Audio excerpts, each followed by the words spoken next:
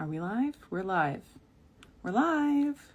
We're live. Hello, y'all. Welcome to today's Q&A. Welcome in. Welcome to today's Q&A.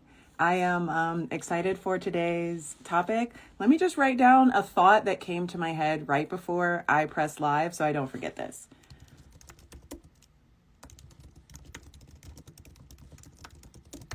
Okay, my brain be braining and I just don't want to miss any of the gems that I want to give you all. Hello, everybody. Welcome to Q&A today.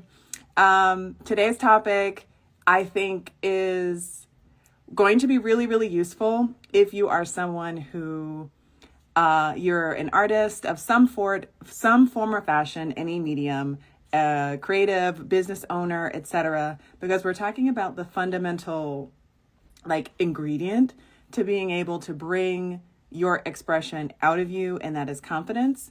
I had you guys submit questions on, let me make sure I got my questions pulled up there. Yeah, there we go. I had you guys submit questions on, I wanted to know what questions you had about building confidence as a creative. And so we're going to talk about that today. I have 2 questions, but they're kind of meaty ones. So I'll be spending a lot of time breaking them down. I want to talk about how I define confidence to give you some context and shared language for this conversation. But before I get into those things, I actually want to ask you, do I have lipstick on my face? What is that? Okay, no, I'm tripping. I wanted to ask you a question, and I really need to hear your reflections on this because that will help me to work with the energy that's in the room. So my question is, relative to confidence, I want you to think of somebody in your life. This could be someone that you know personally or somebody that you look up to, a celebrity. It don't matter, okay? I want you to think of somebody in your life that you perceive as confident. And what I'm curious on is what about that person feels confident to you? Like, how would you describe what you notice about them that gives off the vibe of confidence? Tell me in the comments what you're thinking. And I have some goodies that I will be sharing with you later. This is just going to be a fun combo. While you're thinking about that, let me see. I might answer that question too. Who do I perceive as confident? For me, it's Issa Rae. And the reason that Issa gives confidence to me is because the way that she communicates, the way that she expresses herself is just very her. And it doesn't matter whether I'm watching an interview of her or shows that she's created. Like, you see her essence come through consistently, and she doesn't modify the way that she shows up in the world. So for me, confidence is really about the courage to be authentic, even if it doesn't fit in with the status quo. All right, y'all, I'm not seeing no responses. Who? Okay, let's start here, because maybe that's a big question. Who is a celebrity maybe that you would describe as confident? I want to understand what confidence means to you. And if we don't get any takers on that, then I'm just going to jump into the material.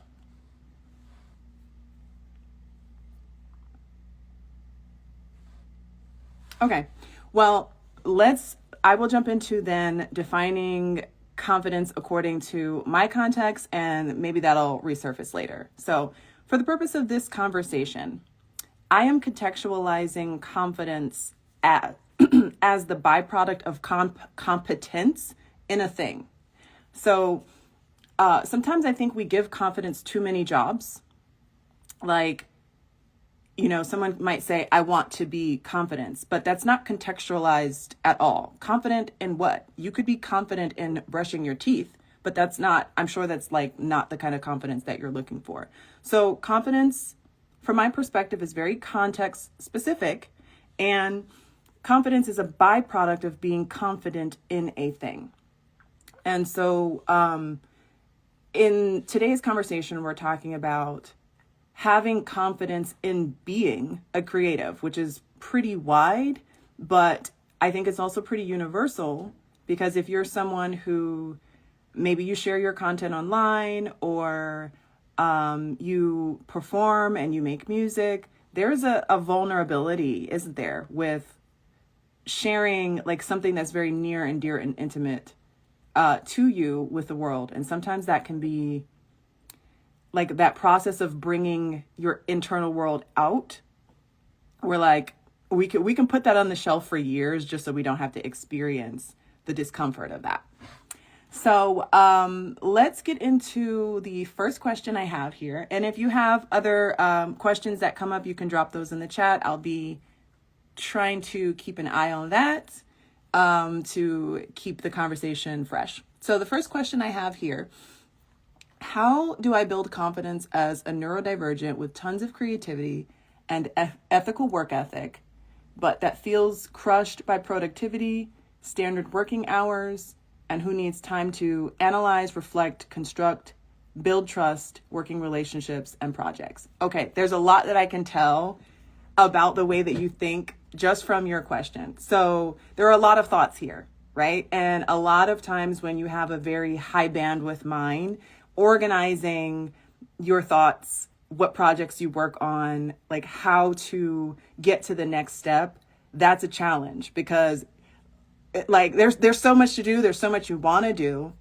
And this question is actually like 6 questions. So if you're trying to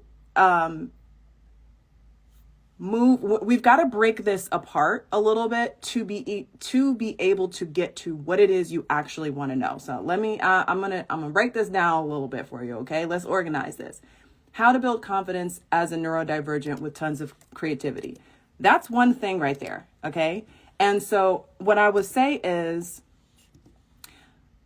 it doesn't sound like what you need is confidence around the fact that you have tons of creativity, although you might. So that might be something to reflect on. Do you feel like you having tons of creativity is a negative thing? From the way that you phrased it, I think that could be something that's potential in there, but I would want to have a conversation with you and find out more what you mean around that. But what I'm going to say to this part of your question is having tons of creativity is not a confidence issue. It is a bandwidth management issue. There's nothing wrong with having a lot of creativity. What you probably feel is disorganized because you're not sure how to make your creativity run together when you operate on different layers and different dimensions and you've got different pieces. So perhaps what your real concern is, I don't know how to hone my creativity. Like, how do I do that? I think that that's a better question for you. And so let me look at the rest of what we have here and see. You said you have an ethical work ethic, but it feels crushed by productivity. That's one point right there. Your work ethic feels, you said your standard working hours and who needs to feel time to analyze, reflect, construct, and build trust. Okay, here's what we have going on here. You are in an environment that does not support your creative flow. Your creative energy is like this, and you're in an environment that's like this. So that energy is creating a bottleneck. It's creating a bottleneck. And because you are trying to compress your values and your creative energy and your needs through this environment that really does not allow you to thrive, you're perceiving yourself as the issue. That is not really the issue here. The issue here is you are in an environment that is not compatible with you energetically. And so that's not, I still think that that's a solvable problem, but we got to start we got to scale it back a little bit. Let me look at this question that just came in and we'll jump back to that. I learned timing versus intensity fluctuates throughout the activities, and creative people need several projects at a time for those downtimes of a project that makes you lose interest. Yeah, that's really good advice. I can certainly relate to that, and I can relate to this question that came in as well, because I have a very high bandwidth mind. It takes like a lot of time that I spend prior to coming online is me refining an idea and like figuring out what's the most important context to share. And so there like if you have a lot of creative energy, you really need to come up with a system for yourself of organizing your energy. Otherwise, you're going to feel scattered. You're going to feel compressed. And if you think that you are the problem and that you're aware that your environment is not something that's actually choking your energy, then you're going to be in this loop of like, what's wrong with me? What's wrong with me? What's wrong with me? Nothing. You just need systems and environments that work for you. And what you mentioned here, like having several projects at a time and clearly articulating like your time on that project is very helpful. So a system that I use, I will use Google Sheets sometimes to organize my projects, or Notion to organize my projects. And I guess I could share a little bit about like how I structure my projects and my time. So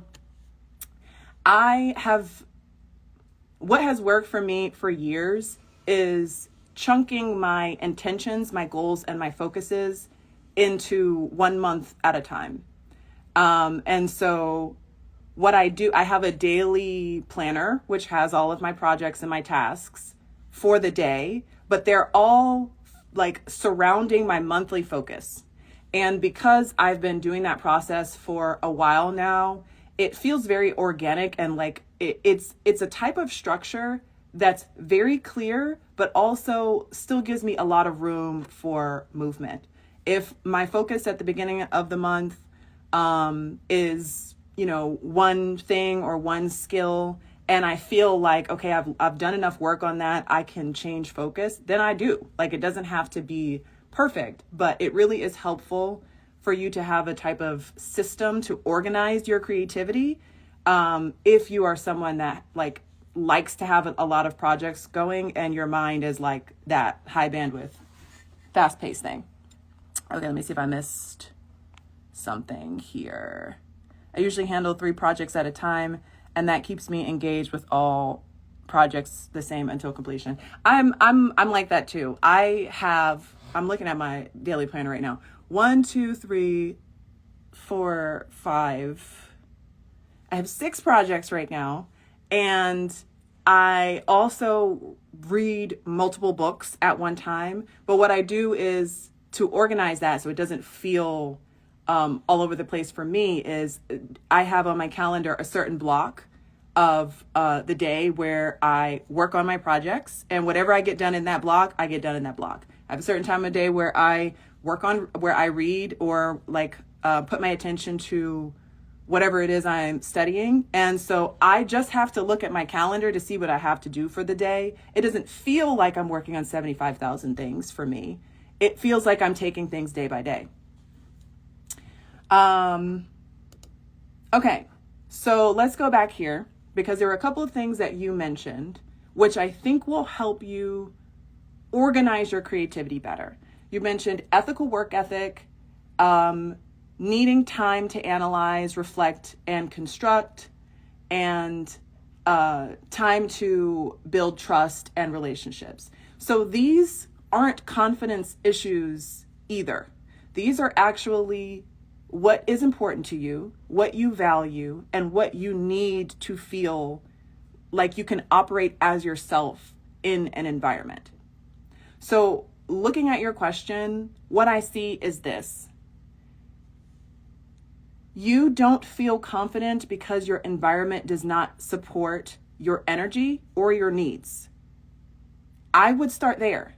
I would start at, okay, what are some tiny ways that you can modify your environment so that your needs can be better supported. One of the things you said was you feel crushed by productivity and standard working hours.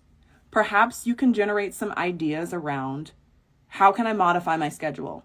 One thing that I did when I was working in corporate, I had a job my job was actually like multiple jobs in one. I was working as a data analyst, a project manager, and a strategist, and like an artist at all in one. And so taking on that much responsibility, like when I first took the job, I was kind of like disorganized, and someone gave me the idea of putting a block on my calendar, like blocking up some time in my calendar just for me to do whatever the fuck I needed to do.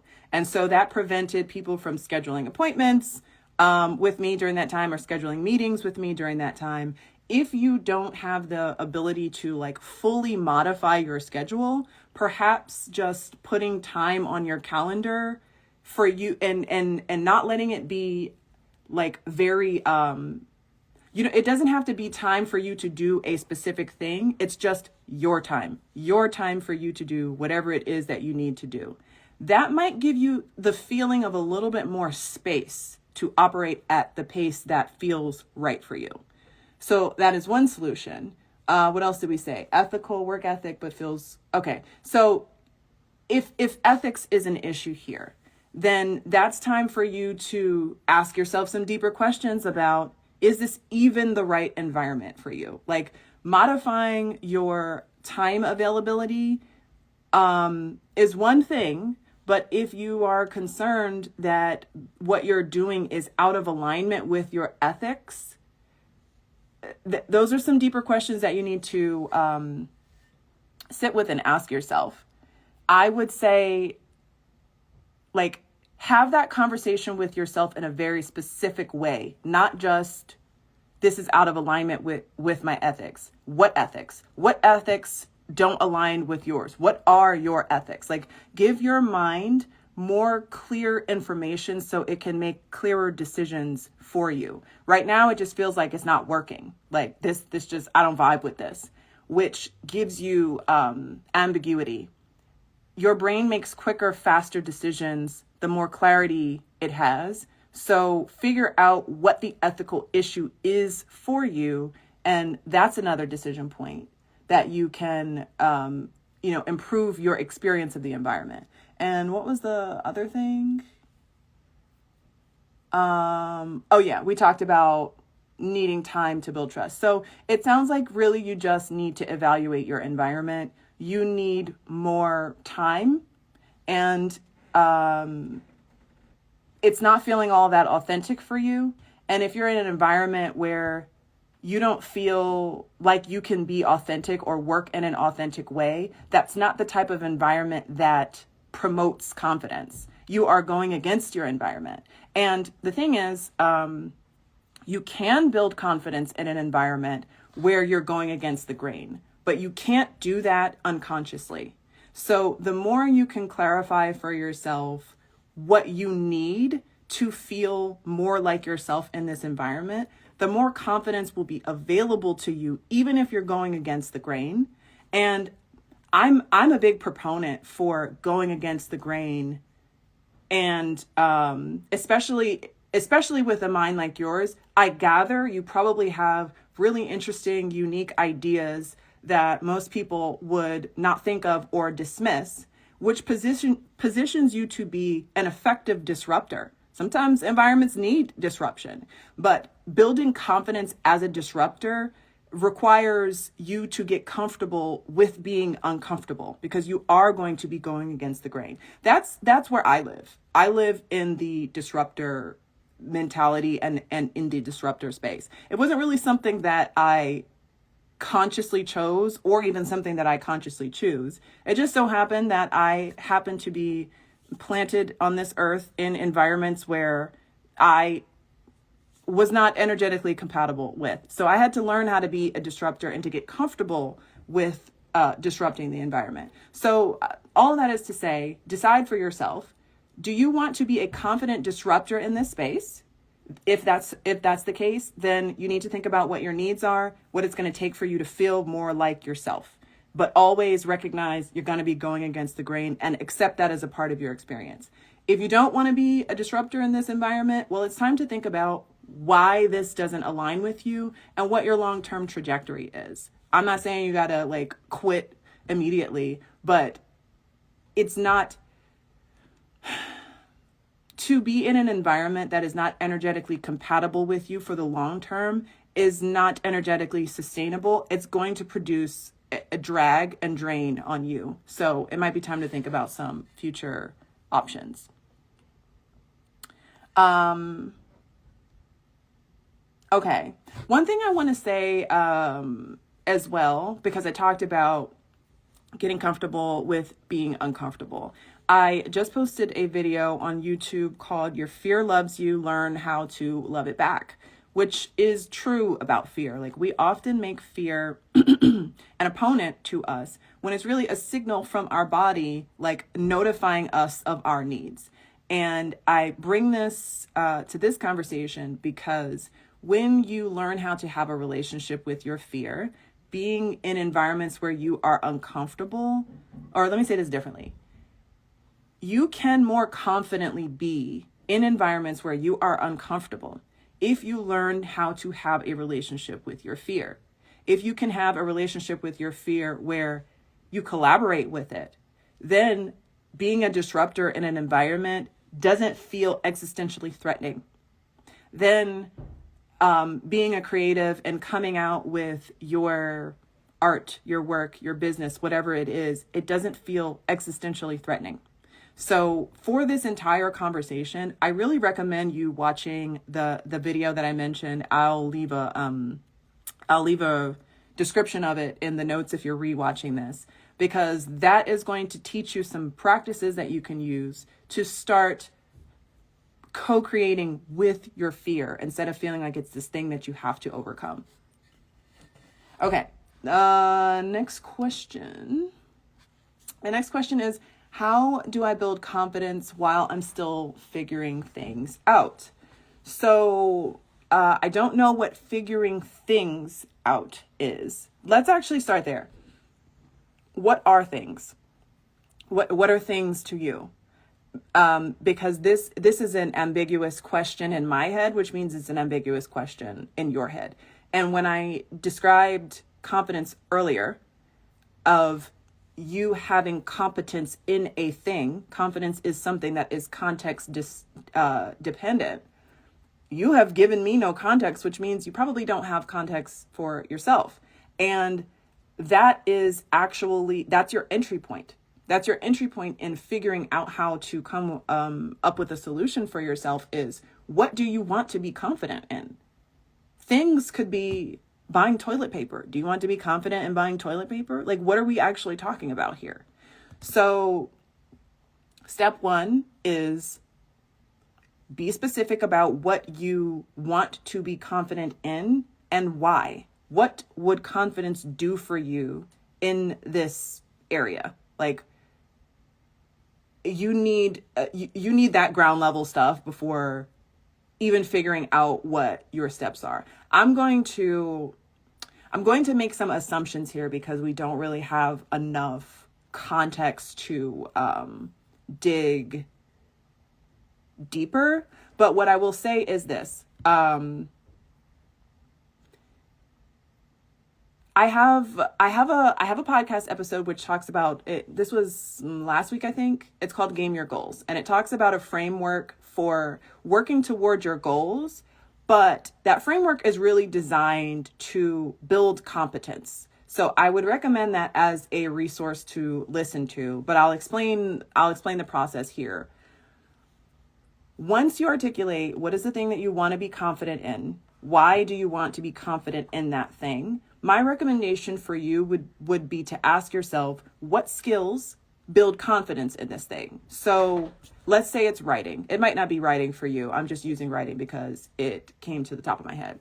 So if you want to be more confident as a writer, what are things that you can do to be more confident as a writer? Practice writing, read more, take writing classes, have people evaluate or give you perspective on your writing, give you feedback on your writing. Those are the things that will build the skill of writing. And in your process of learning how to be a better writer, your mind iterates and figures out new patterns, and your confidence grows as a byproduct. So for you, the answer to your question would be figure out what you want to be confident in, figure out a skill that you can apply to that thing, and then just do it. Like there's no other way around that. You just got to do the thing.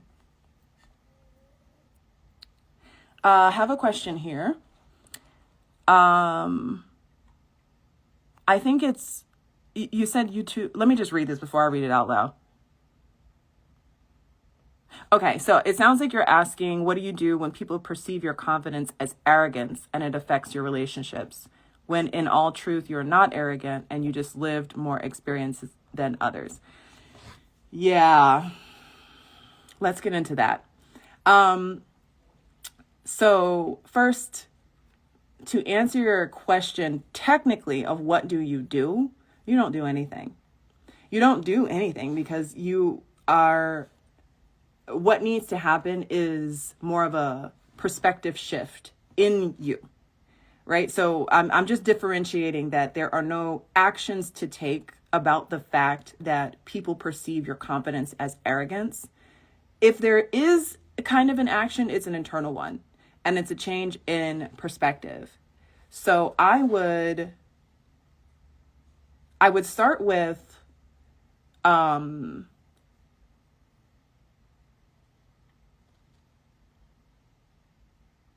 was going to go soft, but I'm not going to go soft. I'm going to start at the hardest point because I want to give you something that you can take away, that if you do this, it's going to move something in you. I would start with like admitting to yourself, if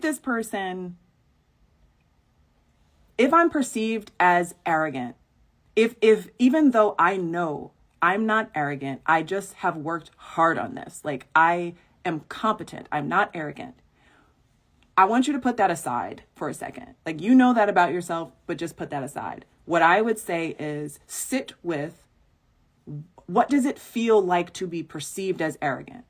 And like really let your body have that experience. Like, how would you describe the feeling of being perceived as arrogant? Because whatever comes up in your mind and whatever feelings surface from you trying that perception on, that lets you know that those feelings cause fear. When I experience being perceived as arrogant, it creates a fear response in my body.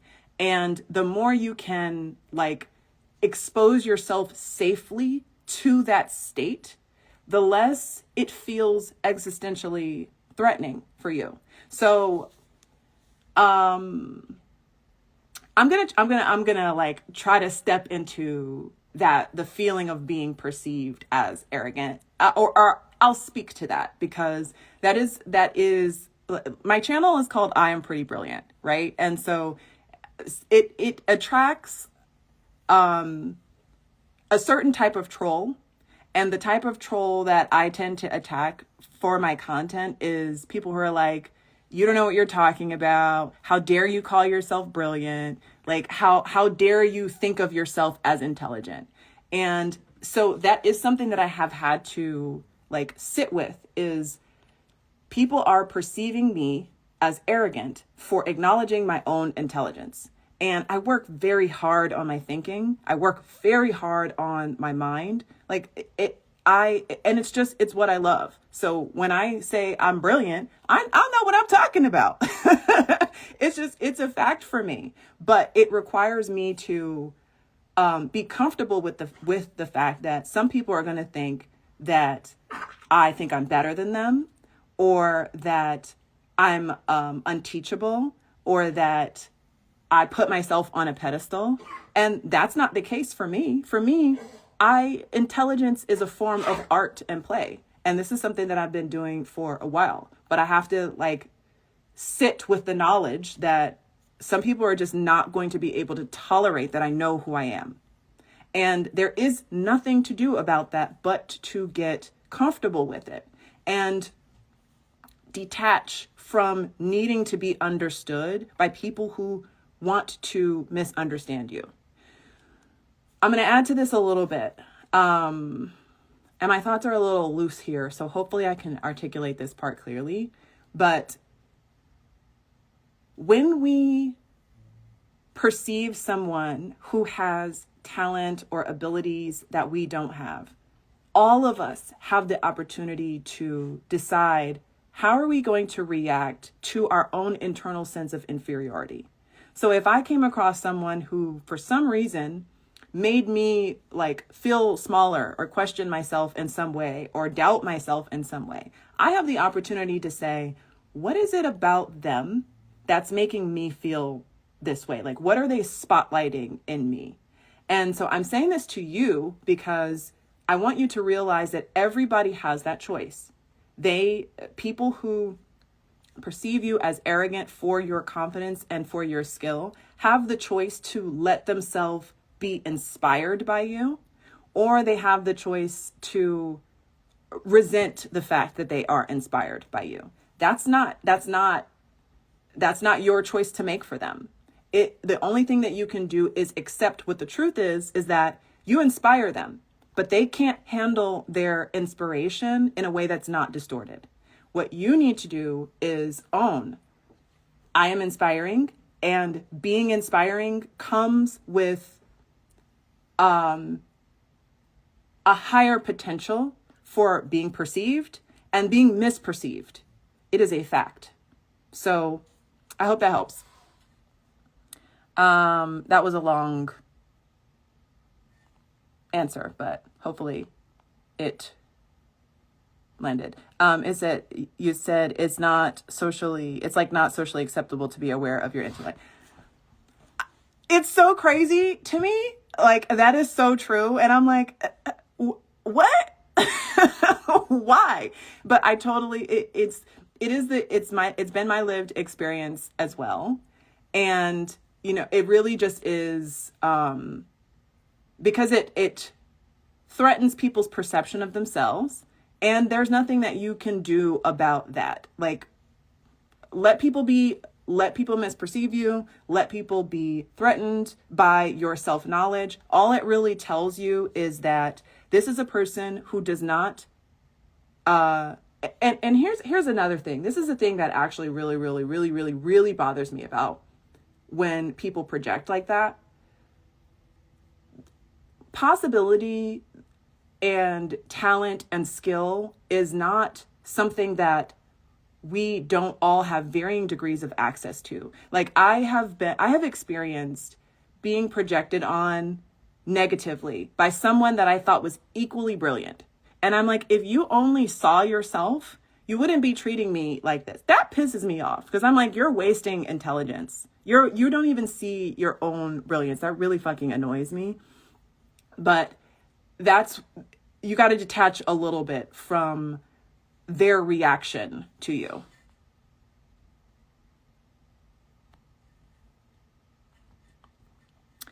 Okay, so do I have other questions here? I think that's actually the last the last question that came in through the Dropbox. Let me know if you guys have any other questions while you're here. Somebody said, why do people think they can take it or it will literally rub off to them? What do you mean? People think that, are we talking about like people thinking that they can take your intelligence? You got to give me some context there.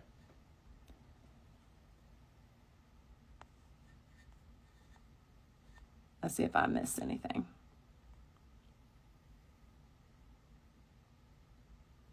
Somebody said it feels like a setback in my humble plans. I want to know what you mean by that. I would like to open this word humble to discuss.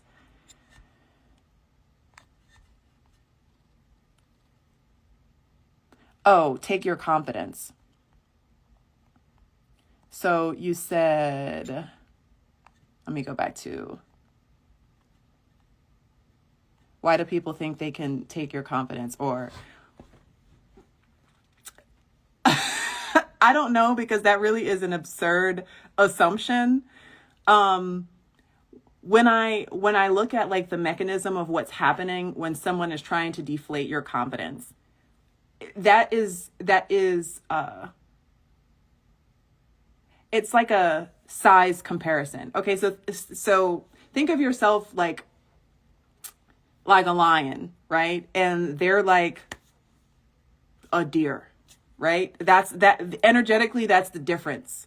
And what they're doing is trying to make you not feel like a lion. They're like, you're not a lion, okay? You're a deer, just like me. I'm not scared of you. You're not bigger than me. You are a deer. That's what's happening. And one of the struggles, I think, of highly intelligent people with neurodivergent thinking, people who perceive the world differently, is often in our environments, we are not a fit. Like, we are a misfit. We are sometimes the first person to make functional decisions, or like I mentioned earlier, a disruptor, someone who has, your perception is different. So you have a different angle on a problem, and people don't even want to acknowledge the problem.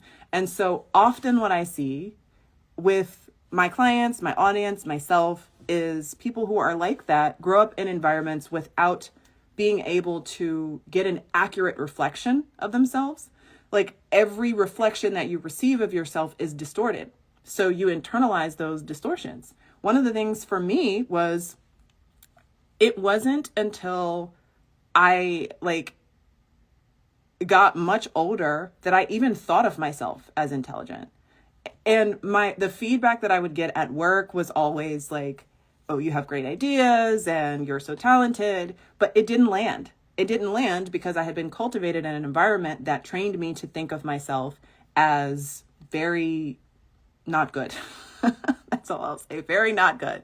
And so my work has been removing those negative distortions that I internalized. And the more I did that, the more I could see, oh, I was trained to see myself as a deer when I'm a motherfucking lion. Like, okay, we got to fix that.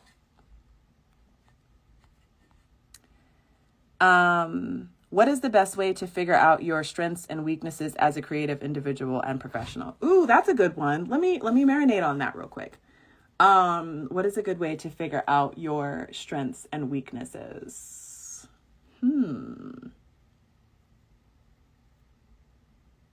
Okay, I'm gonna flip it. I'm gonna flip it a tiny little bit, but this will go back to strengths and weaknesses.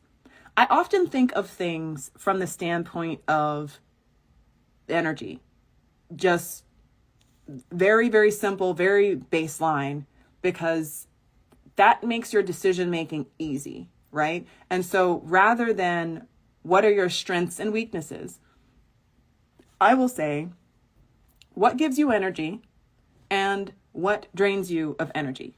Here's why. And we're talking about creativity and, in a creative and a professional space.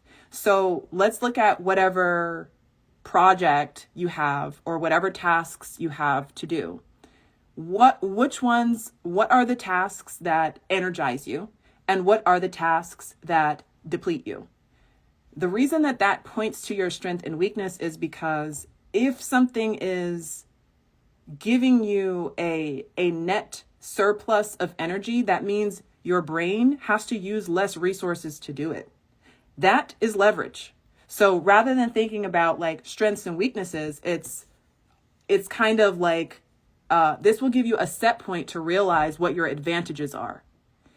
And your advantage from an energetic standpoint is, how costly is this task, project, whatever it is, for my body to do this? And so if something is a weakness, it's not really a weakness necessarily. It might just mean, like, I don't want to call it a weakness, because if it's something that costs you more energy to do, that doesn't mean that that has to continue to be true for you. Perhaps you need to evaluate the way that you're going about the task so that it can be something that isn't depleting. Or perhaps it's something you just like don't do or allow other people to do for you. I'm trying to think of, I want to apply this. I want to see if I can think of like a practical application of this. Maybe, okay, here's one. I'm very creative, and I'm also very logical, so I can go into deep artist mode, or I can go into like I'm computing something for days mode. And I need space to just explore whatever comes up in me, which means that I don't like there are many aspects of my business that I could call a weakness because I don't like doing them. So what I did, because I know that I don't enjoy devoting energy to those things, or because they drain me, I created automated systems. Now, like most of my business functions are automated. My business structure is entirely automated as a way of honoring my energetic system. I know I don't want to be sitting there like manually booking appointments, and there are the aspects of my business that require my humanness, like this, like having conversations with people, like emailing, those are for me. But the infrastructure type things, scheduling appointments, all that shit is automated. And that was me knowing I don't like to do the manual administrative type of tasks. My reports generate automatically. Like, I basically built a system so I can show up and just be an artist. I want to feel like an artist, but I want to function like a data analyst. And so I, instead of thinking of, oh, I'm not good at doing these business boring tasks, I say, this depletes me. What can I do to conserve my energy? Let's see. Okay. Second question. How about dating scenario for independent women triggering unwanted competitiveness on the male partner, where he insists in humbling her and testing the strong woman's confidence? This is this is fun. I haven't gotten any questions about dating dynamics yet, so let's play with this. Okay. I'm gonna give you my top of the mind thought, which is, you don't need that. You don't need that. As soon as, okay, I have two thoughts. If I were to come in contact with the type of person whose instinct is to humble me for being independent, you got to go. Like, that's not going to work, because what you're signaling to me is that you don't have a strong energetic center. My center is stronger than yours. And rather than seeing that for what it is, which is beautiful and strength, you feel intimidated by my wholeness? No, we're not doing that. You don't want to have people around you who prefer you fractured, because then you will just, your energy goes down. That is a depletion of energy. You want people who amplify your wholeness rather than questioning it. And so the other part of what I want to say here is, when we, and I've been here, so I'm not talking at you. I'm totally with you. But when we have relationships in our life where we allow that type of behavior because we perhaps don't recognize that there is a different option, or perhaps don't recognize that we deserve better treatment, the real opportunity here is to look inside and ask yourself, why is this not an immediate no for me? Like, what about me thinks that this is acceptable? Because the truth is, it's not acceptable. It isn't acceptable. And you said those men are so common, hard to come across someone not like that, right? Yes. And that's the hard part. I think that's the part that sometimes when we allow, whether it's romantic or friendship relationships or even business relationships, I think sometimes when we make space for people who make us feeling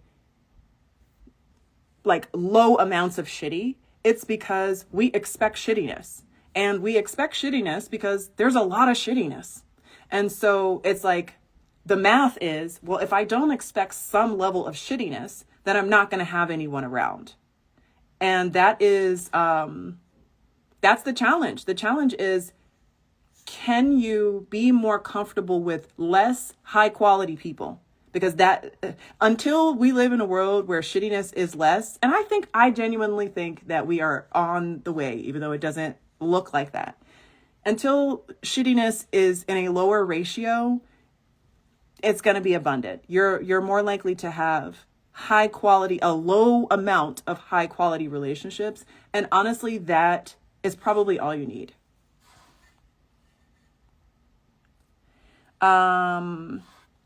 Okay.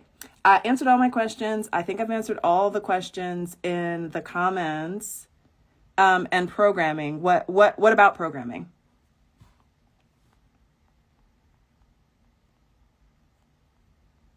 Did you say something earlier? Because I don't see that. What's your question about programming? While you're typing that, what I had some resources that I wanted to share. Let me make sure I gave those to you. Okay, so yes. While you're saying that reminds me. I have a course called Reprogramming 101, which teaches you how to unlearn the things that we've talked about here, whether it is building a better relationship with your fear and unlearning that you need to oppose your fear, or unlearning that you have to accept some degree of shittiness.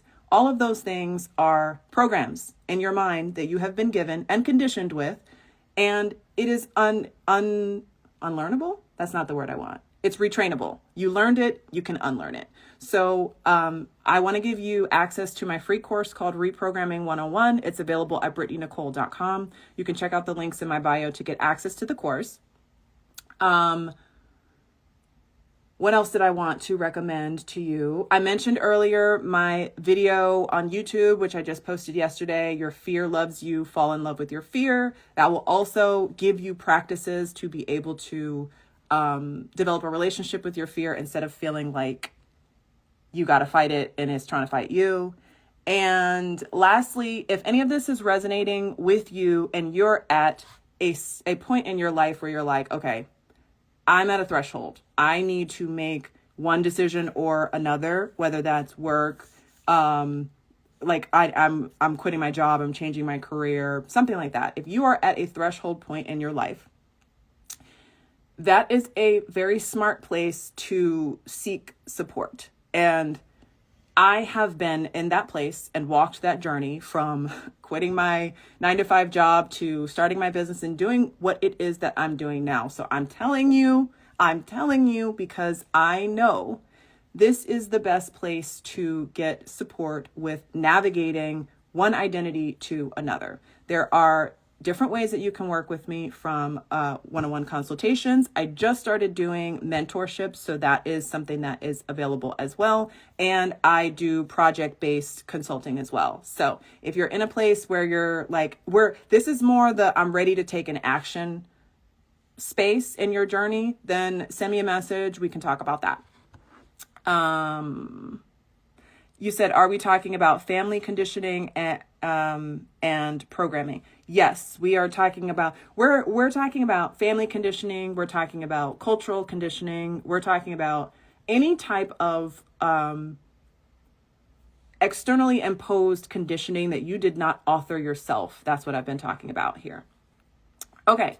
So that's all the questions that I have. Thank you for your engagement. I really like y'all when we can talk and share your thoughts and stuff. So I do Q&A Tuesdays every Tuesday right now at 1 p.m. Eastern Standard Time.